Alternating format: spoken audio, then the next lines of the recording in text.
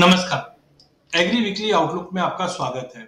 पिछला एक हफ्ता पूरे एग्री पैक के अंदर काफी इंपॉर्टेंट रहा है जहां हमने कैस्टर के अंदर लोअर लेवल से वापस बाइंग लगते हुए देखी और प्राइजेस 7180 के करीब ट्रेड कर रहा है।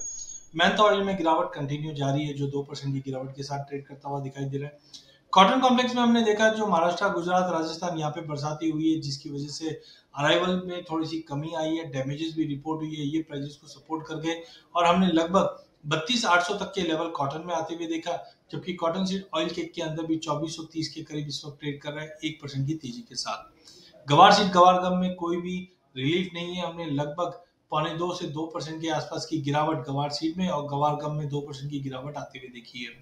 मसालों का भी हाल ऐसा ही कुछ था जहाँ पे हल्दी में हमने देखा कि प्राइजेस करीबन आधे % की गिरावट के साथ ट्रेड करते हुए दिखाई दी है।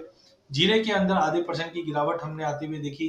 कोरिएंडर के अंदर हमने देखा कि प्राइजेस में जो बड़ा उछाल आया था वो ऑफसेट होता हुआ दिखाई देने लग गया। फंडामेंटल साइड की अगर हम बात करें या अगले हफ्ते के व्यू की बात करें तो सबसे पहले कैस्टर है। कैस्टर में हमें लगता है थोड़ा बहुत बाउंस वापस 70 to 50 तक का लेवल मिल जाएगा, बट ओवरऑल क्रॉप साइज इस बार अच्छी रहने की उम्मीद है डिमांड के मुकाबले, जो प्राइजेस पे दबाव रखेगा। तो 70 to 50 के जंप पे बेच के चलना 7120 के टारगेट के लिए।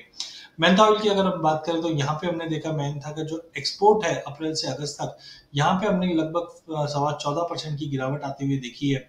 जो मुख्य कारण है वो रिसेशन है। रिसेशन फियर के चलते हमने प्राइजेस के एक्सपोर्ट में कंटिन्यू दबाव आते हुए देखा है और डिमांड में भी कंसर्न्स बने हुए हैं। तो ओवरऑल मेंथा में अभी भी मार्केट दबाव में ही है, बट टेक्निकली अगर हम देखें तो 960 से 990 का रेंज रहेगा। तो 960 का लेवल दिखाने के बाद मार्केट एक रिकवरी करता हुआ देख सकते हैं।